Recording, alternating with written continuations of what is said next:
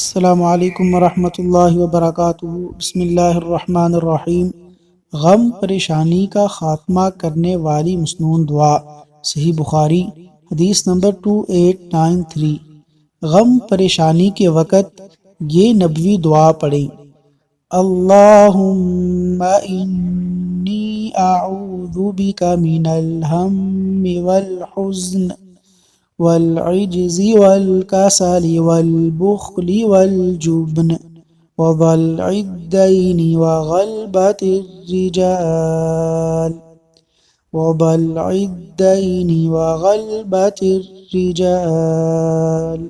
ترجمہ: اے اللہ، میں تجھ سے پناہ مانگتا ہوں پریشانی، غم، بے بسی، سستی، بخل، بزدلی، قرضہ اور لوگوں کے ناجائز غلبہ سے۔